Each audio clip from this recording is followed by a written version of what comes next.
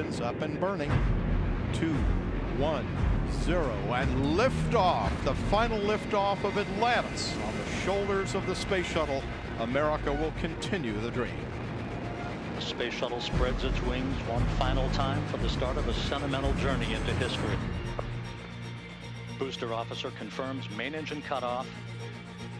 For the last time, the space shuttle's main engines have fallen silent as the shuttle slips into the final chapter of a storied 30-year adventure.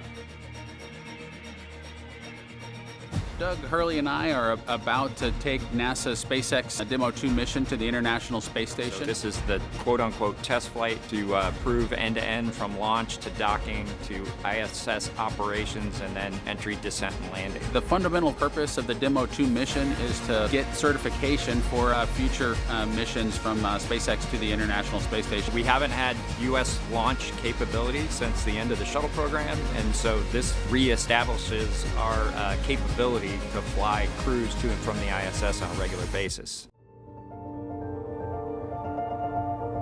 Okay, so the major steps, I think the first major step is what we call the dry dress. So we'll go down there a few days before the launch. We'll do a dress rehearsal where we go into the vehicle with our suits, interact with the vehicle, and just make sure everything is ready to go. Then there's launch day. It's really kind of designed that launch day is kind of relaxed. It doesn't get busy until you actually, get into orbit. Roughly 4.5-ish hours.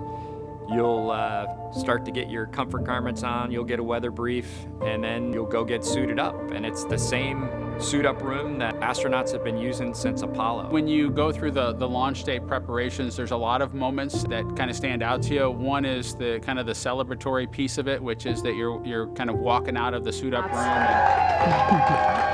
And we'll get out to the vehicle, jump on the elevator. We'll have a closeout crew out there, obviously, and then we'll get strapped into the vehicle roughly 2.5 to 3 hours prior to launch. Core on countdown 1 at T-minus 2 hours and 46 minutes. The crew has arrived at the White Room and its ingress is in progress on schedule.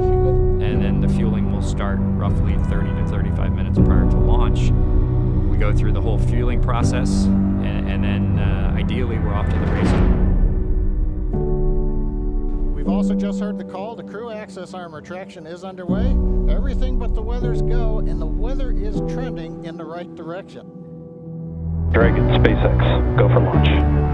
SpaceX Dragon, we're go for launch. Let's light this candle. 10, 9, 8, 7, 6, 5, 4, 3, 2, 1, 0. Ignition. Liftoff. Godspeed, Bob and Doug. America has launched.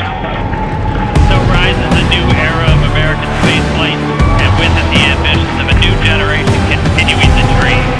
20 seconds into flight stage, but propulsion is stopped.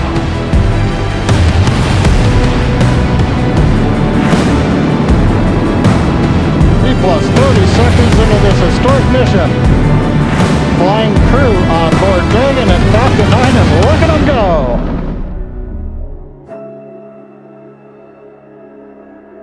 About a 9 to 10 minute ride to orbit, and then it's about a 15-hour rendezvous to the space station.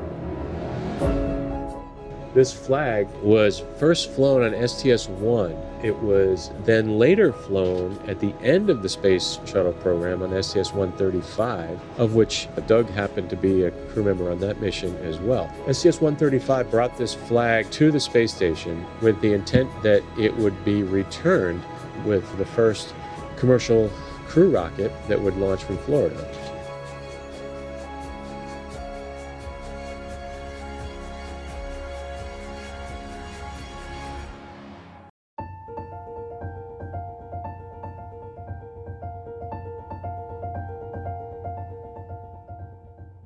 I think that the mission that we have in front of us and the success that we're going to have is a representation of America. Bringing it back to the Florida coast is a really cool thing to see how many people from across the country have to pull together to pull something like this off. It's just it's inspiring to me, and I'm just excited to be a part of it. On a deeply personal level, I'm really excited that my son is going to get a chance to see me launch into space. Being an astronaut has been a little bit of an abstraction thing for him because he's seen me do it in old videos, but he hasn't seen me do it for real. Are you going to be on good behavior? Are you going to listen to mommy and make her life easy?